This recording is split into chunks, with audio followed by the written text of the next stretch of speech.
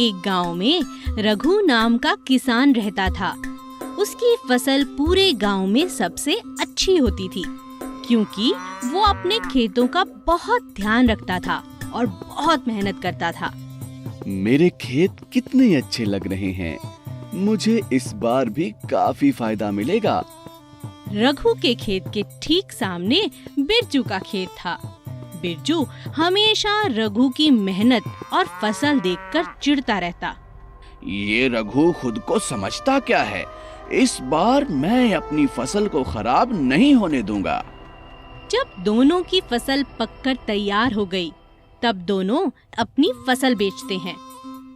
दोनों को फसल को बेचने पर अच्छा मुनाफा मिलता है। भगवान की दया से इस बार बहुत अच्छी फसल हुई है। पर बिरजू को अभी भी संतुष्टि नहीं हुई। इतनी मेहनत के बाद भी बस इतना ही मुनाफा?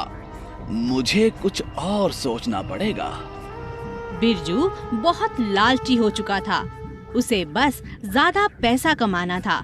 इसीलिए वो अगले दिन अनाज की बोरियों में कंकर और अनाज दोनों मिलाकर बोरियों का वजन बढ़ा देता है।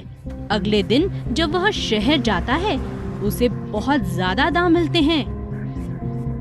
अब बिरजू हर बार ऐसा ही करता। जब एक दिन रघु ने बिरजू को बोरियों में कंकर डालते देखा, वो तो हैरान रह गया। अरे बिरजू, ये तुम क्या कर रहे हो? ये गलत है, ऐसा मत करो। तुम चुप रहो, जाओ यहाँ से।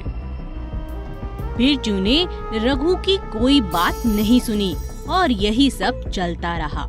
तभी एक दिन अचानक वहाँ के राजा ने भेष बदलकर गांव का भ्रमण किया और किसानों की मेहनत और सबसे अच्छी फसल जानने के लिए रघु और बिरजू के अनाज खरीद लिए। और जब वे महल पहुँचे तो राजा ने दोनों की बोरियां खुलवाईं। राजा यह देखकर हैरान रह गया कि बिरजू ने चालाकी से अनाज के अंदर पत्थर भर रखे थे। बिरजू, हमें तुम्हारी चालाकी का पता चल चुका है।